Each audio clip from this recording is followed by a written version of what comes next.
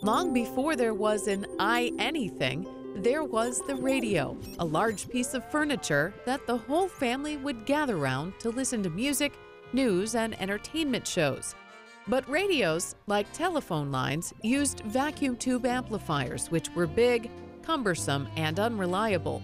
So in 1945, a group of 3 inventors from Bell Laboratories were brought together to come up with a different way to amplify electrical current.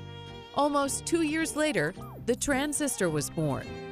Patented on June 30th, 1948, a spokesperson predicted that the transistor, quote, may have far-reaching significance in electronics and electrical communication, end quote. And indeed it did. By 1954, the transistor had made radios compact and portable. You could now take your news and music on the go. By the 50s and 60s, transistor radios were everywhere. While the transistor would later give way to the Walkman and the MP3 player, the idea of taking information and entertainment out of the living room all started with the transistor.